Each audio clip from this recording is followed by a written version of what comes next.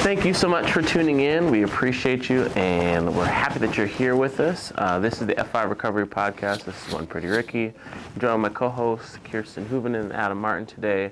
We are going to be covering all sorts of amazing topics, but specifically we're going to be talking about spiritual tools. But of course, none of this would be possible without some amazing sponsors who help support our podcast. So we want to, of course, shout out our F5 Project and the Ridge Recovery and Treatment Center, as well as GoAwayBear.com, and this amazing space that we were able to be in, courtesy of Heat Transfer Warehouse and Church from Fargo. So stick around. Feel free, of course, if you like and love what we're doing, feel free to please like and subscribe.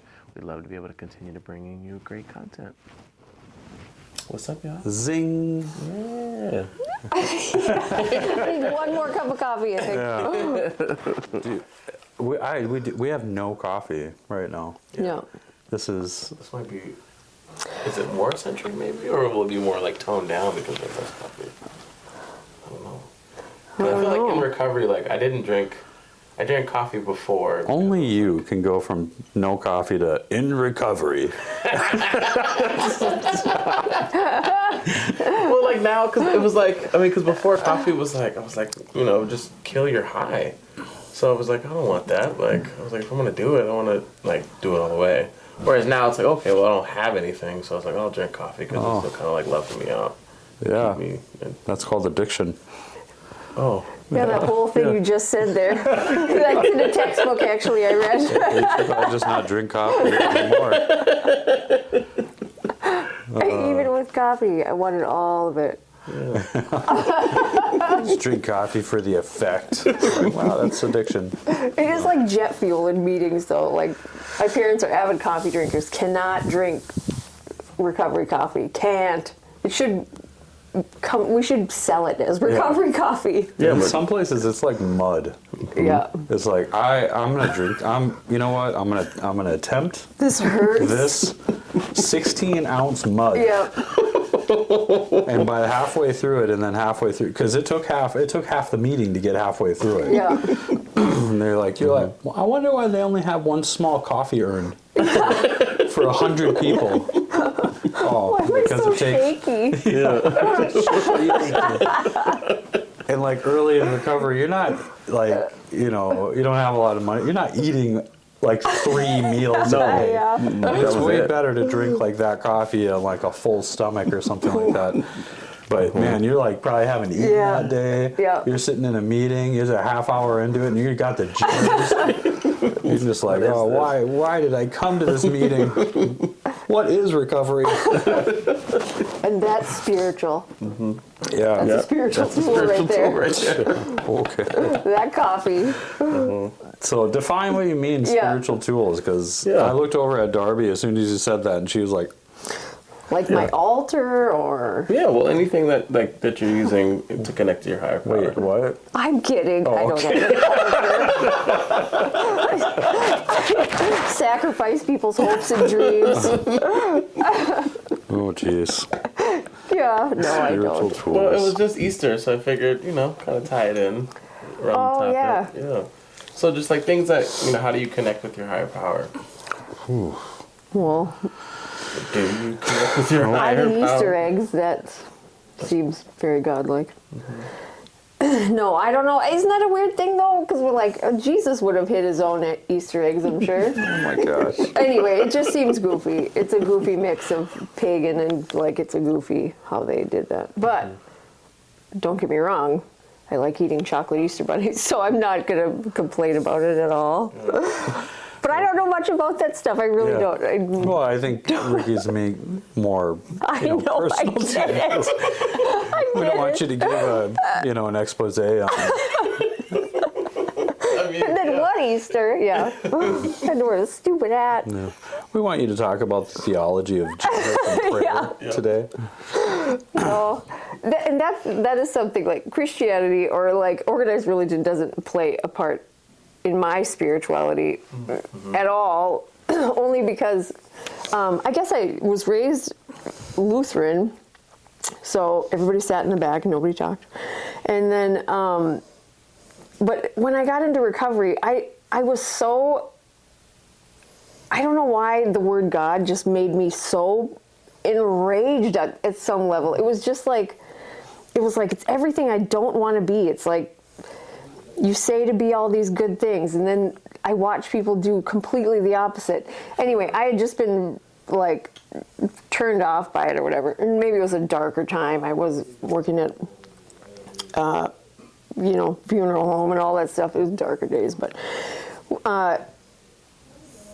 I was able to connect with the spirituality part, because many times, how many times have you heard people come in, they're like, well, it's a God thing, I'm not going. They say God or they pray, I'm not doing that. But I can promise you that if my dealer or the bartender was like, we're going to have to get on our knees and pray before I can give you this next, bump or whatever, I would have immediately done that. You know what I mean? So it's just like, what's the carrot? Or I have an illness that tells me I don't have it. So anything you say that is might offend me, I'm going to find a reason to not go to a meeting. So that's just an excuse. Like, am I willing to be uncomfortable? Am I willing to ask enough questions to learn about this stuff or not? But I think over the years I found like my own spiritual kind of groove, and it's just different than the norm maybe or whatever. But I think it's vital to have some kind of spiritual connection, to believe that there is, just to have hope in the future. I don't know what exactly that offers, but and I've kind of found I do all the woo-woo stuff, like that's my jam. I like the crystals and the sage, and I like all those things, the nature and grounding, all of that stuff like resonates with my heart. Yeah. And recovery has never said, well, you can't do that. That's weird. Now you have to leave, So I think that the bias we come in with are just created by our addiction, because it wants us out, Right. But anyway, so that's kind of what I've found over the years. And I remember when we had kids, my mom said, how are you going to teach morals and values if you don't take them to church? And I just thought, and I was like, I don't know how to answer that at the moment, but I know I can do it. I know I can create a good person without scaring them into being a good person. You know what I mean?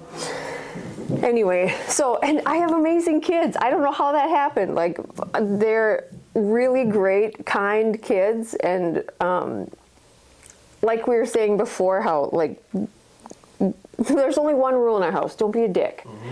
And I've always told my kids, like, if I hear you a well-placed swear word, fine. I don't care if you know what I mean? Like, it can be funny in the right context, know your audience, And they've had some fails, but whatever. And so I'm like, I would rather you that. But if I hear you call somebody stupid or fat, then I will fuck up your day. Then, I mean, like, that is stuff that people are in therapy for later on in life, like me. So, anyway, but, so it's just about, like, kindness and all of the things that recovery has taught me to be giving and make amends and all of those things. Those are all huge spiritual things for me anyway. But which I think when you talked about, like, crystals and sage, like, that's connecting to something greater than you. Oh, for sure, yeah. Not like that. It is. Yeah, it is. I have already cast a spell on you guys. No big deal. Salem.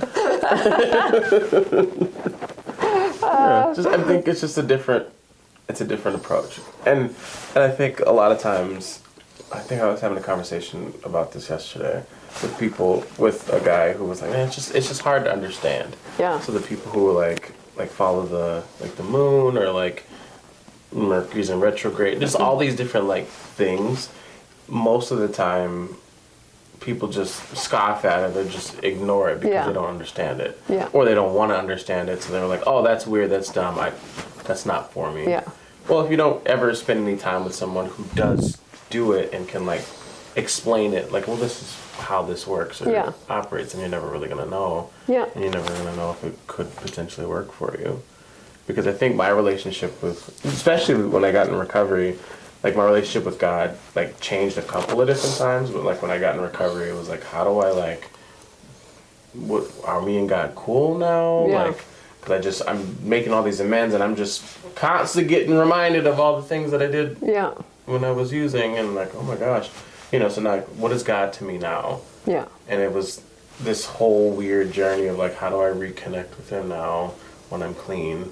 Because I was going to church and doing all the things when I was using, Yeah. and so now that I'm going to church when I'm not, like, it's just a weird kind of construct of like, how do I have this relationship with Him when I can actually like listen to Him now, if that makes sense.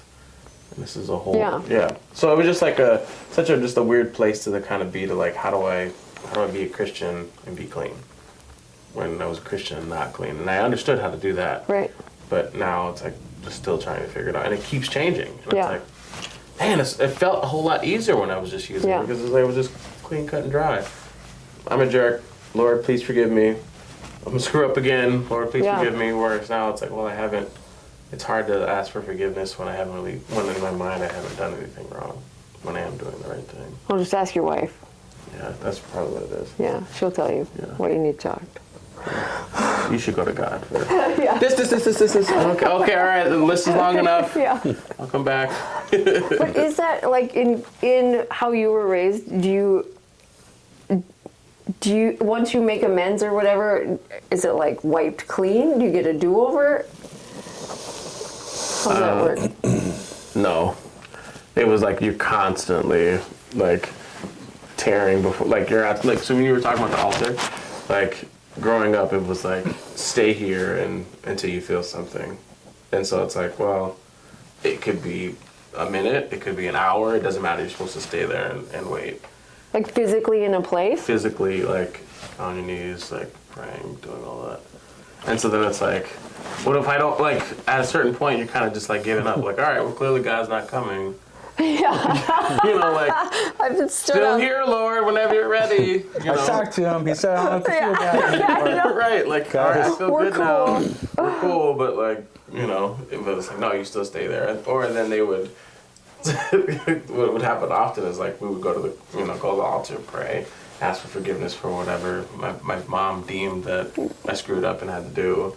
And then I'm like, all right, good, and I would get up. And then like my dad would like, no, you stay here. Like, but I'm good. Like I felt it. Like, and then like, how do you explain to someone else that you felt the Holy Spirit? Like, yep, God is already like, all right, I repented, we've moved on, but nope. And he would like by the neck, like, nope, you stay here till I'm gonna be the one to tell you. And so it's like, I'm what you're waiting for. it's like, okay, all right. And there was a lot of that growing up. For sure. So that was how you grew up. What did you grow up with? Nothing. We didn't go to church. We didn't do.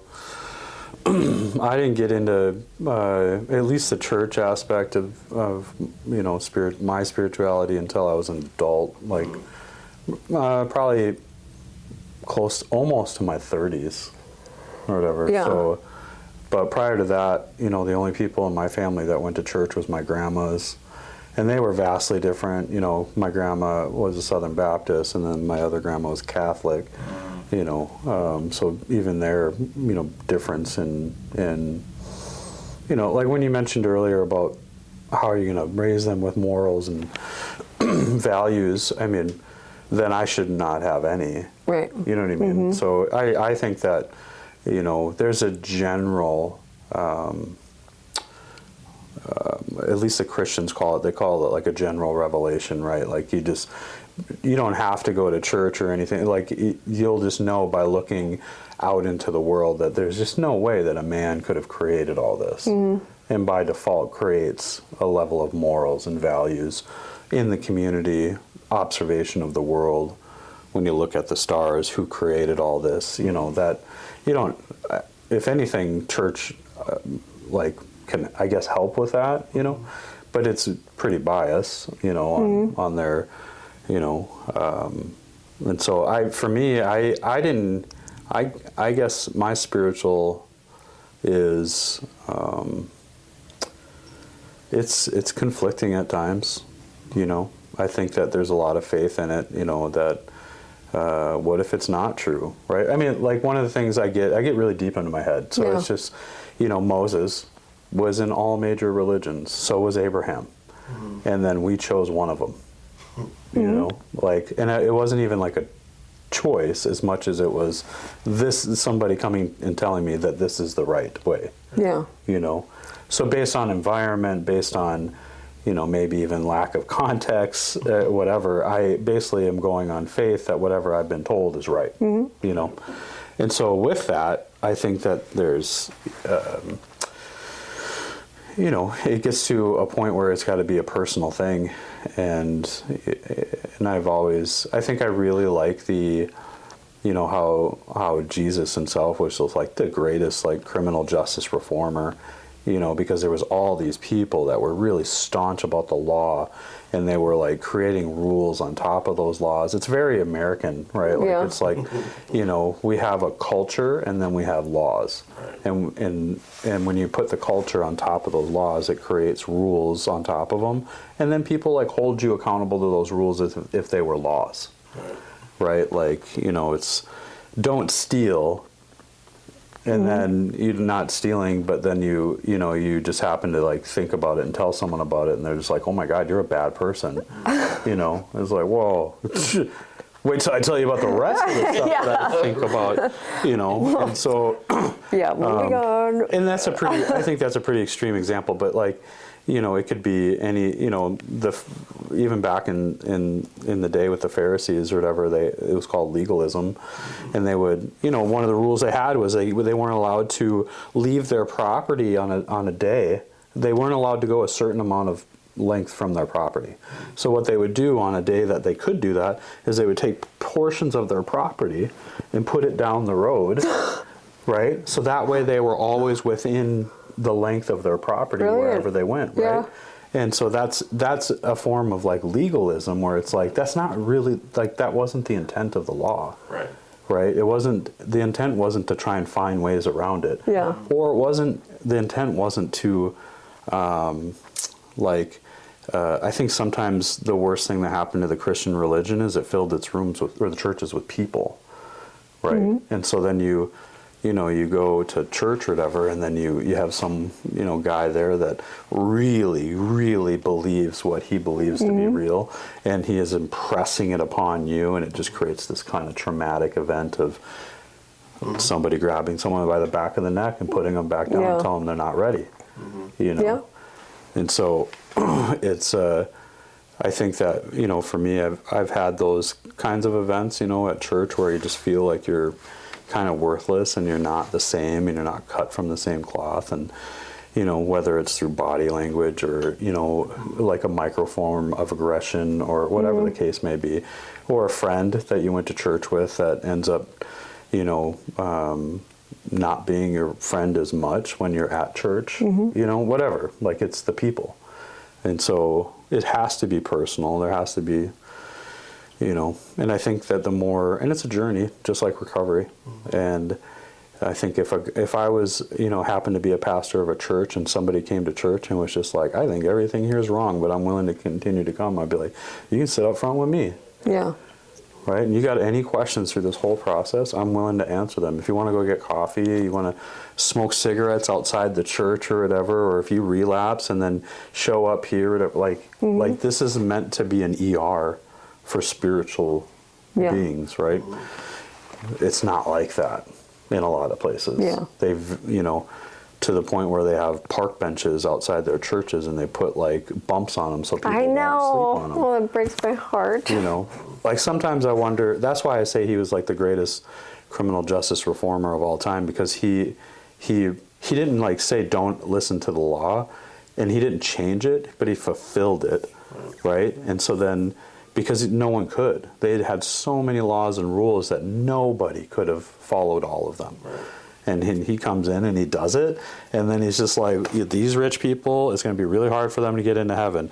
These people that are convicts and broken and prostitutes, it's going to be easier for them to get into heaven than it will be for someone who has everything. Right? And he was like, he just totally evened it out. He's like, you get mad at them for like committing adultery, but all you do is think about it. Right. You know what I mean? You're no different. I was like, dang. Yeah. Dang. I knew it. Welcome to Jesus. He just came in and he's a contender. Like he just showed up and was just like, no, everything here's wrong.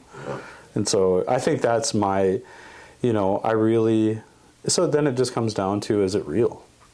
Yeah. That's the big piece. That's a piece for most, new. I mean, even, I think that, there's, if there's people out there that like 100% like have no doubts and no whatever, like personally, I don't think that's real. Like, I just don't. Yeah. Like, there's gotta be thought, like, if it's a, like, then I wonder sometimes if it's a form of like narcissism or psychotic, like, you know what I mean? Yes. Like, to have that 100% whatever, like, is it really faith if it's 100% trust? Right. Like, I think the whole cool thing about spirituality is that we don't know. And it does take a level of faith. Yeah. And I got to take that leap, and it makes it even better. It's like when you get into a relationship where there's like, well, this is going to work 100%. Like, how do you know? I just know. Well, there's two people involved here. Like, Yeah. you're basically saying that they're going to be perfect, right? And we're going to be perfect together. There's a lot of faith going into a relationship, and so They all start like that. I'm Yeah. in love before they know we're dating. yeah, I'm going to get sober and it's just going to work, right? I'm going to be in recovery and I'm going to have no issues. Yeah, it's it's 100%. gonna go. This is what I'm supposed to do. Yeah. And so no, I just don't think it's real to not have doubts. And so what I usually tell people who are new to faith or new to recovery or just getting into a relationship or whatever is just like, listen, you just got to be graceful on yourself and the people around you. Like, you're going to have doubts, you're going to have miscommunication, you're going to feel like you're alone, you're going to feel fear, you're going to feel all these things. And the only thing that's going to get you through it is that you're going to like have faith that this is going to work out.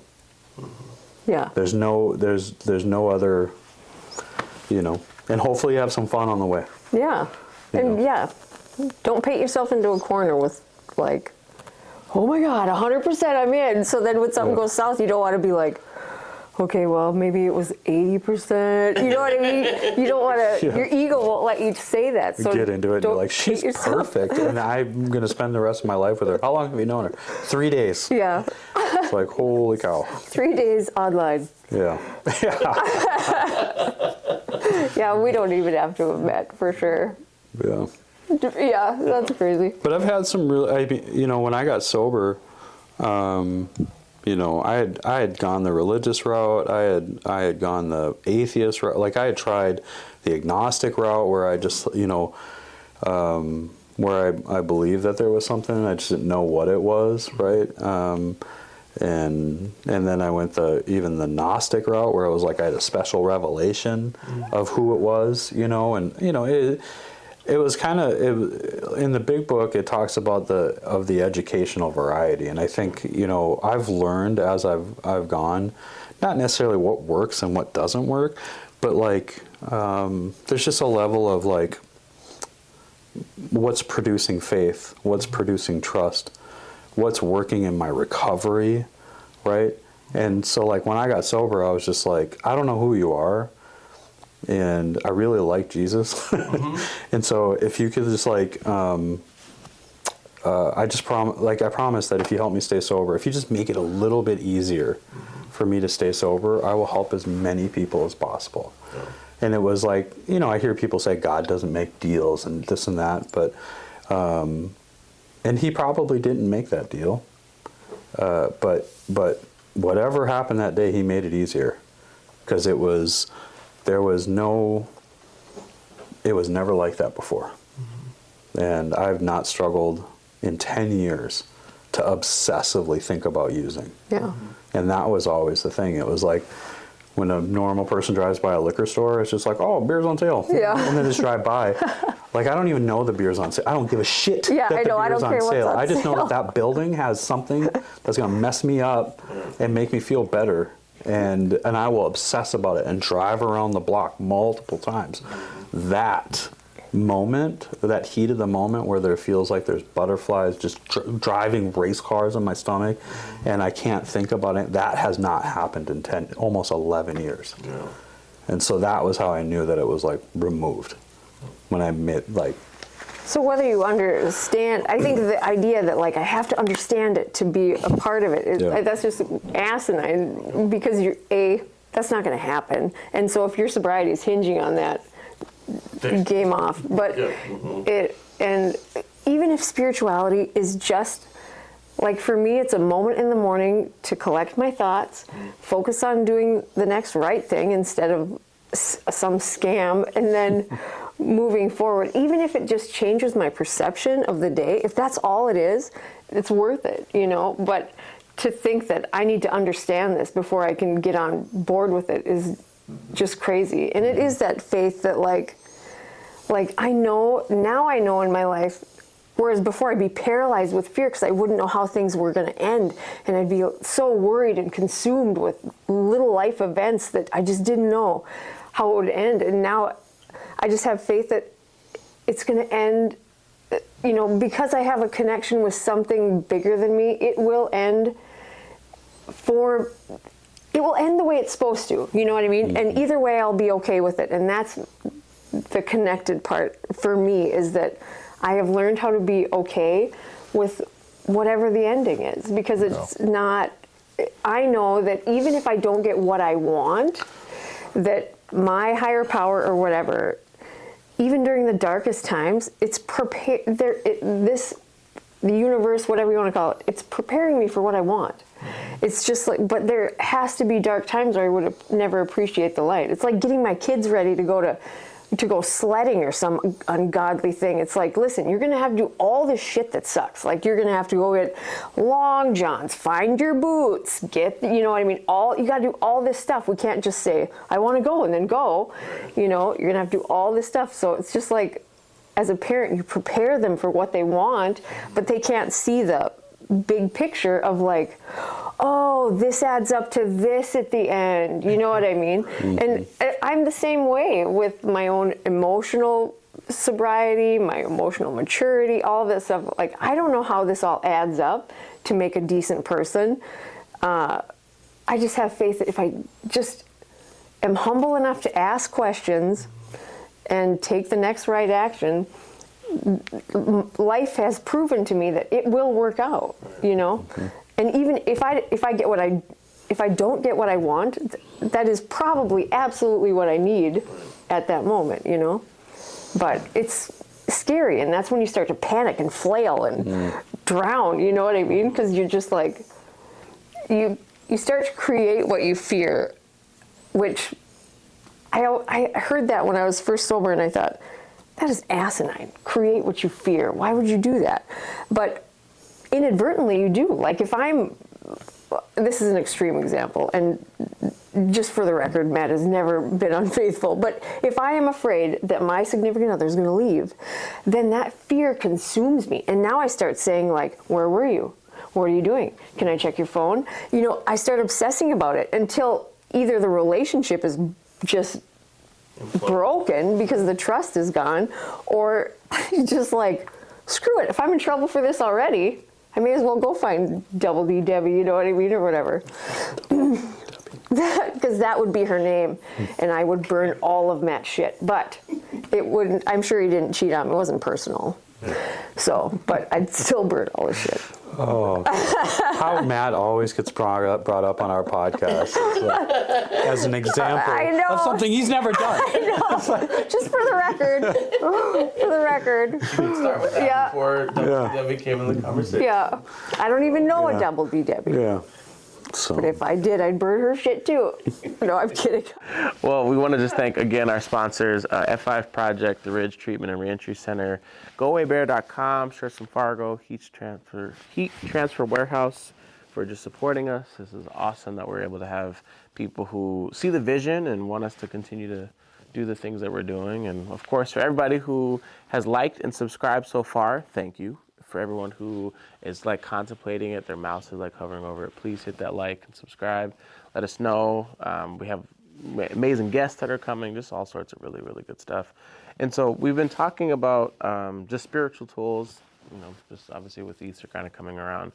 I think one of the things that like a tool that I didn't even know was happening until I kept coming. So we were talking about like when they would always close meetings and say, please keep coming back, it works. And it was just, I was like, oh, it's like, God, okay, here we go. It's just like another like. Thank you, Sensei. Yeah, just another thing. Because it's like in church, church we goes? have those like phrases and things and pray until Like something what? happens. You ever heard At of that? church? Yeah, church. Pray until what? Pray until something happens. I didn't grow up going to church, so I don't know any of the slogans. Yeah, it's Yeah. like push, pray until something happens. Oh. Yeah. Oh. So I was like, oh, okay, cool. Just keep pushing. Yeah. Yeah. Pray until something happens. It was like one of the really popular ones. So then they were like, It's so much nicer at church. Ours I is know. like, keep it simple, stupid. What does that even mean? KISS. I was like, that is the dumbest acronym I've ever heard. That's because you're dumb. You Just got keep two coming. eyes, you got 2 eyes, you got 2 ears and 1 mouth. Shut up. It's like, recovery meetings suck, man. You guys are so mean. You go to church and they're just like, keep praying until something happens. No. Well, if nothing happens, just keep praying. Like Dory from Finding Nemo. Just keep swimming. Yeah. Something will happen. well, that's what it was like. Like, it was very much the same. So it's like, oh, okay, like eye roll. Just like, all right, here's another thing. But when I did keep coming back and had the faith that I'm like, okay, this is, something I got to do now. Because we were, especially talking about like having this faith of like, I have no idea if I'm going to stay clean today. Yeah. But they keep telling me to keep coming back. So I just kept coming, having no real, like, I had the desire, like, obviously I had the desire to like get clean, but I had no idea if this is actually going to work. Right. People kept saying that if I keep coming, it's going to work. I just keep showing up. And then eventually, like, my faith kind of like matched up to it. Mm-hmm. But it was just such a different perspective. Like, seeing, and every time I would go to church, I wouldn't always feel like that. I wouldn't always have that same kind of like connection, that same kind of, just like, we're happy to see you, and just like a lot of these different things. When I would go into the rooms, and it didn't matter the room. Like, it could be I was at GA or NA or AA, or I was just going to everything I possibly could, because when I was like triggered, I was like, I need to find the first thing, and they said meetings work, so I was like, oh my God, I need to go to a meeting. And so every time I would go to those rooms at any different place, sometimes it was a clubhouse, sometimes it was like, I would go to like Olivet, or From Top and all these different churches and things, and it was like the spaces, the message was always the same, but like it just felt the same too. Yeah. The message would always, quote unquote, be the same every time I was going to different churches, but it wouldn't always like feel that same way. Right. Like the feeling of what faith should look like was people who were coming in here and we were just wailing and just telling our stories, and it was just like all these different things. It was like there was truly no judgment. And it was awesome. I was like, oh, this is what faith looks like. It was crazy seeing faith activated in a meeting or with my sponsor, just on other places. But it's like, well, we would have a lot of these push and pray until something happens. Like, we had a lot of these phrases, but I would never see it in action. Yeah. I would never really that's see a great anything point. That's a kinda great go. point. But then I would see it there, and then I was, oh, okay, cool. So even if my faith, even if I was like, you were talking about your crystals, like, but I'm like, well, if I'm seeing it work, and I'm like, oh, I mean, I may not necessarily think what you're doing is right, but it's working, so I need to continue to do that. I wouldn't always be able to see that in church, and it was such a different, that's interesting, weird concept, because I grew up in church. That's like, that was the, that's what you did. It is that. I mean, that's really a great point, because I think when I got to the meetings, it was like people were taking the action. They'd say, "Love your neighbor," all those things, but then in reality, if somebody shows up at your door and needs some shit, don't answer. You know what I mean? Because they're scary. Yeah. But when I got to recovery, it felt so much more inclusive. Like, oh, you need something? I will actually help with that. Yeah. And then I'm living my faith. And that I can get behind. Yep. But the idea of like yeah, it's good to help people, but somebody else should. Isn't there a place you can go to get this help or something? You know what I mean? Yeah. It was like I can get behind the actions, and I think the actions is the only thing that created faith in my life, because I couldn't have thought my way into this no matter how hard I tried, because I overthink it, you know what I mean? I just mess it all up. But to take the action, to actually live altruistically and help with expecting nothing in return other than I get another day sober, has created this life of faith that's like something I can lean on, you know, where Right. I just didn't think that would ever be possible in my life, because it was such somebody say God and I just get the shivers, you know. It's just so bizarre.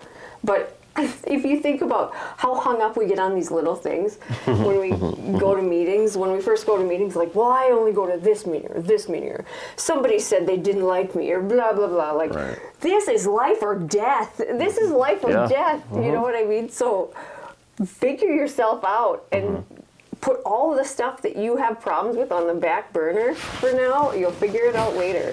Just get there, for Christ's sake. Get to know some people. Have a little bit of an open mind and be willing to be uncomfortable, or you're not going to get better, you know? And all of that stuff, forget about it. You know what I mean? Because just put it all into context. If my dealer wanted me to pray at the end, you know what I mean, then I would definitely do that. But would you do it for your drug or whatever, yeah? Anyway, but yeah, I love that. Yeah, it was awesome. I mean, I think that's why I've stayed clean. You know, being able to have that connection, having real connection, but being able to see the things in action. Because it was great, like in church, we had like food program, like, you know, we would do all the different things, we'd volunteer and all this, or, you know, connecting people with resources. But sometimes, like, well, why can't we just do it? Why can't we just give them the food or give them the money or give whatever the thing is? If that person's asking for, why can't we just do it? Yeah. Oh, no, we don't. What if they take that money and buy alcohol? Yeah, like, just all these things. well, It's like none of my business once it's their money. Yeah, but like I've never had to question. Maybe they won't die then. You know, just being able to see it activated, specifically with faith. It's like seeing faith in action all the time was wonderful, and it was like really, really cool being able to be in this place of all these other different people who are sharing these different things and just going through all these different things. And it's like, man, we're all doing the same thing. We're all struggling. Yeah. No one person, you know, because I grew up in church, like you have the pastor, your bishop, and you kind of have your deacons. And you know, it was like this hierarchy where it's like, well, literally rich or poor, sober or not. You know, some meetings were like, man, I don't know. But like everyone was treated fairly. Everyone was treated equally. Like this felt like if we were to take communion in a meeting, which would be so weird if we ever had someone who was like, let's take communion. But it just felt Shots! like, yeah, you know. But it was like we're all equal. This is what it should be like. I think this is what God intended. Is like when we go to a meeting, or we just go to a place and everybody's like on the same playing field because everybody's here for the same reason. We're just trying to get better. Yeah. I'd make the argument that not one person ever thinks everyone's equal. There's always someone you think you're better than. Yeah. Everyone. Yeah, for sure. Well, you usually say, I mean, when the meeting's over, that's when it comes out. But not during the meeting. No. Like, you know. I've I been to a think lot the of meetings. transparency is the transparency of like when people you look up to are willing to say like, oh, I burned that shit down. That is like, oh my gosh, now I want to be a part of this because I don't feel so Really get up there and like, I'm still terrible. a wreck. Yeah. I'm still just a, you know, like I'm just trying one day at a time. I'm like, that guy's 20 years sober. He's still struggling. This is awful. He thought it was going to come off as like, we're all in this together. Yeah. We're, you know, I'm struggling just as much as I want. You know, the guy's like, I don't want to struggle for 20 years. It's a different struggle. It's a different struggle. It's a different struggle. Yeah. I can pay my mortgage. Yeah. I'm just struggling with different things now. Like whatever it is, parenting or whatever. High class problems. Yeah. Yeah.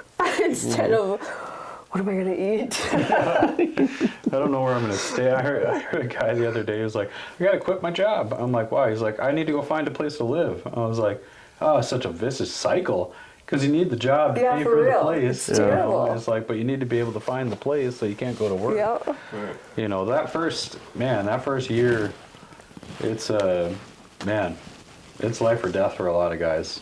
Like I've seen, there's more people that relapse in that first Oh man. year, 90 days, Yeah. you know, than there. It doesn't mean that people at 20 years, 30 years don't relapse. There's actually a very high number that do. Yeah. But not as much as, you know, the constant, you know, relapsing of that first, you know, couple weeks to year or whatever. Plus, when you're like relapsing around that time, like to me, it makes sense. Yeah. There's not a lot to lose.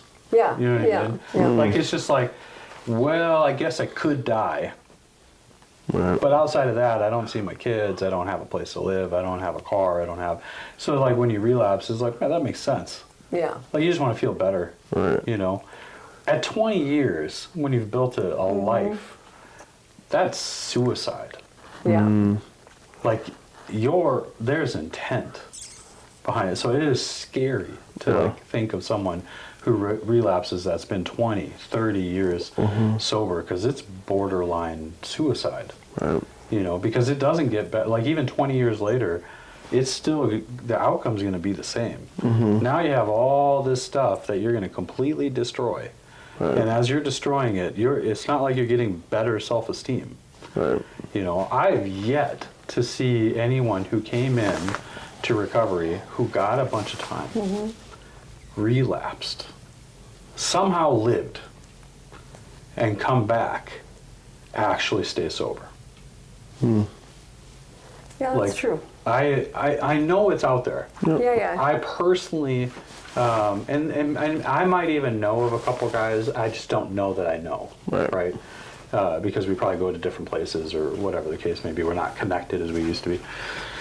But there is way more, and the crazy thing is those guys end up reaching out to me, you know, Yeah. because of all the slipping and relapsing I did early on. Now looking back, I'm grateful that all the relapsing that I did was early in my first, like trying to get my first year. Because a lot of those guys got sober their first try. Yeah. And then they Yeah, stayed right. sober for like 20 years, and then Yeah. they relapse, and now they're doing all their relapsing now, if they make it through it. Right. And then they try to come back, and it's just not. There's something, I think what it is that it's a loss of place Yeah. in the group. Right. There was a hierarchy in recovery, just like everyone yeah. else. You got you guys who are 20 years, you got 30 years, you got 10, you got 5, whatever. And you got some key players that were real sober for a while, and then they sponsor a lot of guys, and they, whatever. And then they relapse, and then they come back, and it's like they never really lost their place, but to them they did. Oh, for sure. The way that people look at them, it's just like, it's kind of like you know how people treat you when you lose a friend, or your mom dies or something like that. You can see they're just like a little more careful Yeah. around you. They're a little more sensitive, like we don't want to stir the boat, rock the boat. And a lot of times these guys just want to be treated the same, Right. Yeah. Yeah. Yeah. They want to get their balls busted and made fun of, Yeah, and, for real. but at the same time, some of them don't. Because this is like walking on eggshells, And the only experience I have with that is that I had, the last, run that I went on, I had been sober for like 6 or 7 months, and then I relapsed, and then I went and broke into a bunch of places that were like owned by people in recovery, and then I went on the run, and then I came back, and it was like I was walking on eggshells in that meeting because there were people at that meeting that I had robbed, and I was just like, at least with the guys who had a lot of time and then come back, they didn't do shit to anybody. They just went out and got drunk and came back and was like, I guess I'm not perfect. And then, I came back, I was like, hey, everybody, I robbed half of you, sorry. Sorry about that. Every time I got up to the podium to speak, I was like, I feel like I'm just doing like a large amends to the group. I did more damage to my group, through, getting drunk and relapsing and stealing and lying and, whatever, than I ever did to my, to people prior to that. I mean, I did some crazy shit, don't get me wrong. But it was different because I didn't have to go back and hang out with them. Yeah, I know. You know what I mean? I had to go back and I was like, well, I guess I'll go to this meeting And half the people here I owe amends to. So I get, like, in the sense of, like, being uncomfortable there. But the only way through that, right, is to just be, like, super transparent about it. Just be like, listen, I'm fucking uncomfortable being in this meeting. I think this is a stupid idea. Yeah. I think I should go to a different meeting. And luckily I had people in my life who were like, well, you shouldn't have done something dumb. It wouldn't be a dumb idea if you didn't do dumb shit. And he's like, and honestly, no one here, they all get it. Yeah. And And don't make places unapproachable, or you're just. But when I left AA for a while, I didn't drink, but I was gone for a few years, and this illness is insidious, and it is just like creeps up on you. And it told me, I mean, it just like I was convinced I just had depression, it had nothing to do with this because I'd done the AA thing, whatever. But it is humbling to come back as having been a big deal, you know what I mean, or whatever. It's good. It was good for me, and I'm so grateful for it. But I was like, I went back to a meeting I made. And I was new again, and these girls would be like, "Hi, welcome. I'm so and so," and I'm like, "Bitch, I made this meeting." You know what I mean? But I just shut up, and I'm like, "This is on me. I gotta just be humble," and you know what I mean? Like, I am willing to learn because that's how miserable I am. Yeah. But I did whatever, 18 years sober, and I wanted to die because it was just like. And I was convinced it had to be something else because I'd done all this, you know.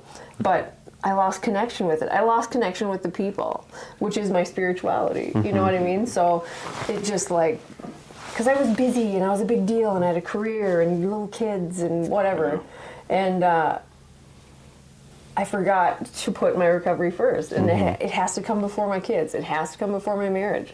It just has to come first, or the rest of it just slowly crumbles, you know, because I wreck it with my best ideas. I have the opposite kind of issue or whatever, because I go to meetings and there are always people there that know who I am, not from AA. So it's just like, I'll be sitting talking to some guys I really enjoy, you know, being around in AA or whatever, well, in 12-step meetings. And some guys come out like, "Are you? Oh, it's Adam from F5 Project. You're a big fucking deal, man." It's just like, okay. That's very embarrassing. I just, you know, like and so then it kind of like infiltrated the meetings, you know, so it's like, you know, it's not even really that fun because like I'll go, you know, for my, like speaker meetings are nice. Because then no one can talk to me. You know? Like I'll just sit there, but a lot of times even when I go to those meetings, then they ask me to speak. It has nothing to do with what I've done, like in, like recovery as much as what I've done out in the professional arena, and it's just like, and so then I go to like, I'm going to try a small little clubhouse meeting, and then I go to that meeting. There's like 4 guys there looking for housing. I'm like, fuck, man, I can't go anywhere. That's My a pretty star good is too problem. big. It's all right. It's just a little embarrassing or whatever, because you're around your friends or whatever, and it's just like, you know, they've known you since you were just like just a piece of crap. And they like, love you enough to say like, "Oh, he is a big deal. Let's just get on to that topic." I got one friend who's just like, "You might be a big deal, but you're still a piece of shit." I know what you've done. I know. He was the guy that when I got sober, his couch was the first one that I slept on. So he was, you know, and he, you know, the cool thing about him is he's never taken credit for anything. You know, because I'll have people kind of scattered around their way when they'll tell this. They'll be like, "Yeah, I was there and I helped Adam do this, or I helped Adam do this."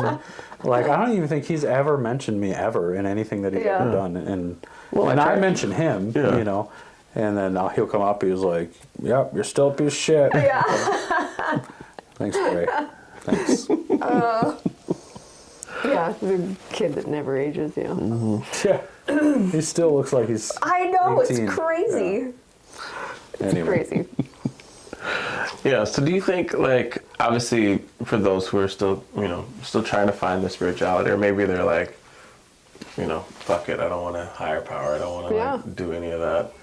Is it possible to not have any sort of belief in anything bigger than yourself and still be in recovery? I think so. It'd be, I mean, if it wasn't possible, it'd be, your idea of God wouldn't change either. So, like, if you came in with whatever belief you had, let's say it was a God, most people I know that stay sober, their views and worldviews change over time. And I'm not saying that, people who come in as atheists will change as, like maybe they'll stick onto that or whatever, but them as humans will change over time. And so I think that if you're like seeking out recovery, it doesn't really matter what you believe, right? It might be kind of weird going through the steps when it talks about God or whatever, but I don't think, and if people are in that meeting or in that group that make a big deal about that with you, then just go to a different meeting. You'll eventually find a meeting where it's just like, it's filled with agnostics, Muslims, Christians, atheists, agnostics, Jehovah's Witnesses, Mormons. Like it's just, it's everybody. Like the whole point of it is to be like a primer. Right. To your life, not to be your life. Right. We only go, I go to a few meetings, like a few hours a week I'm in recovery, and the rest of that time I'm at work and with my family. It's meant to be practiced in your life. Right. And it even says in the book that it's only meant to be in our spare time, not like to build a whole empire of recovery and save everyone. It was never meant to be that way. It was meant to be an enhancement to get you back into your life and be a better Christian, be a better doctor, be a better, whatever it is that you are, that you identify as. And it was never religious. And I just think sometimes, like, when the books were written, they just didn't have the words to say, this has nothing to do with religion, you know what I mean? Just like, and if that's causing you a lot of stress in newly recovery, put it on the back burner. Get to know people.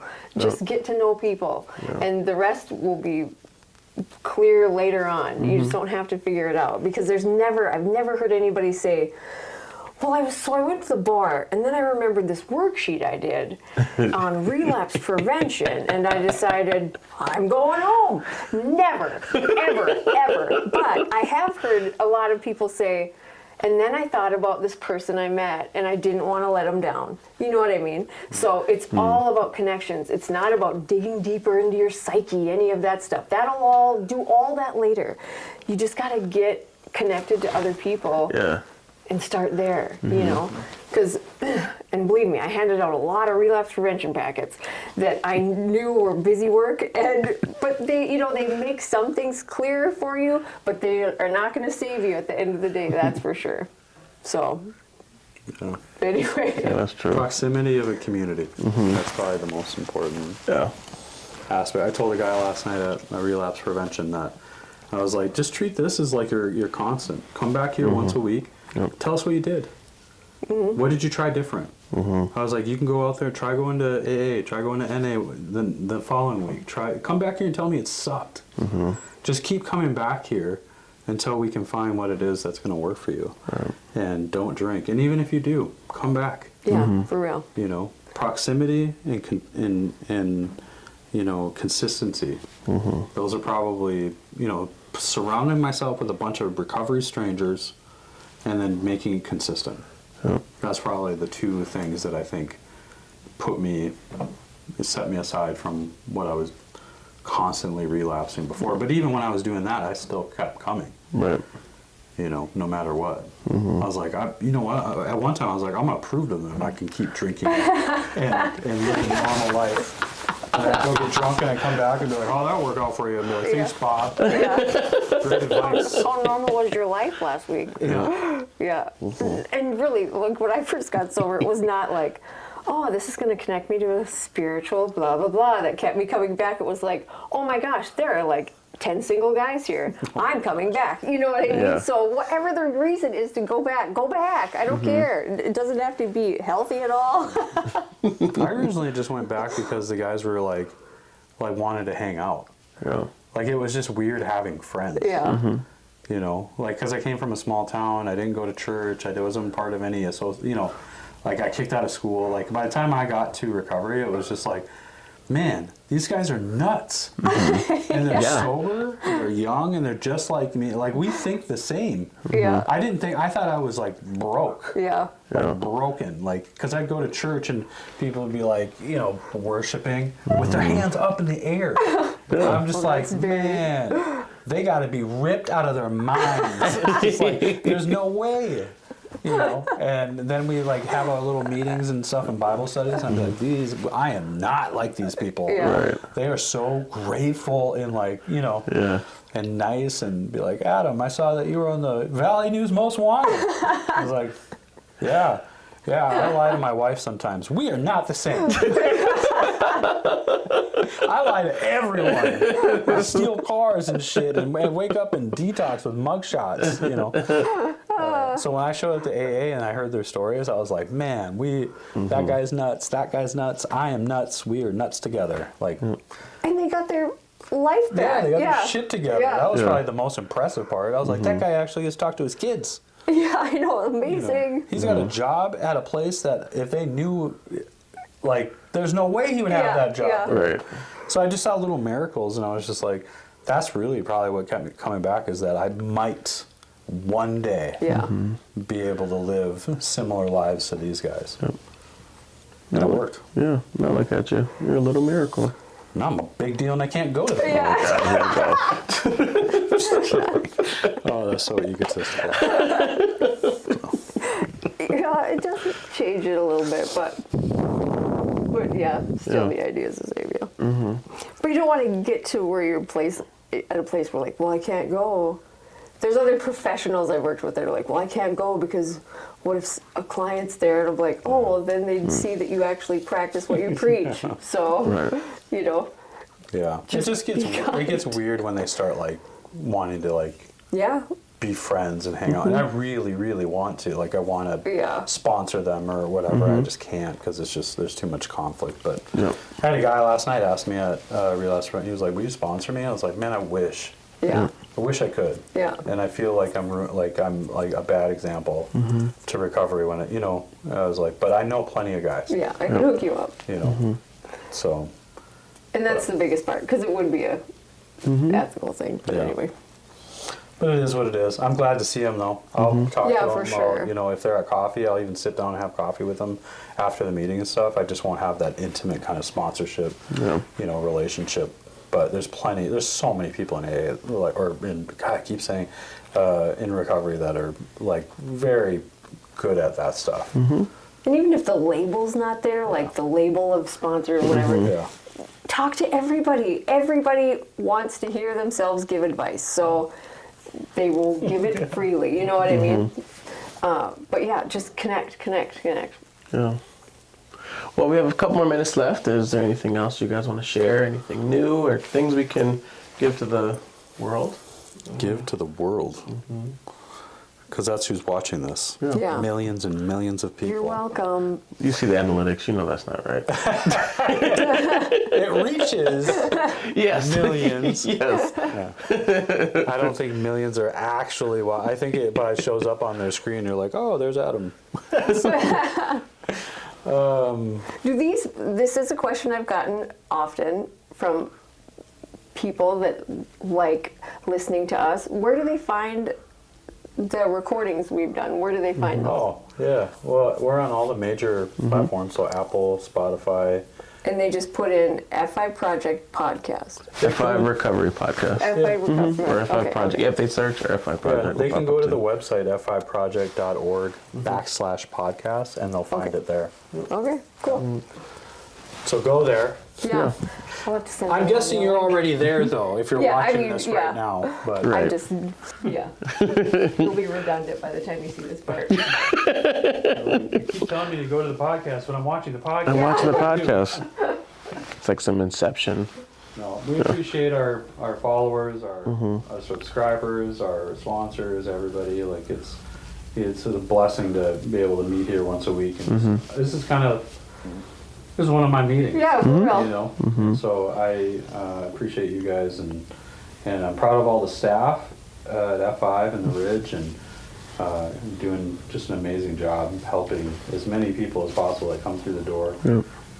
showing up at trap houses to, I don't even know half the places that we go. I hear stories all the time. It's like, where'd you meet this guy? I went to his house. I was like, oh my God.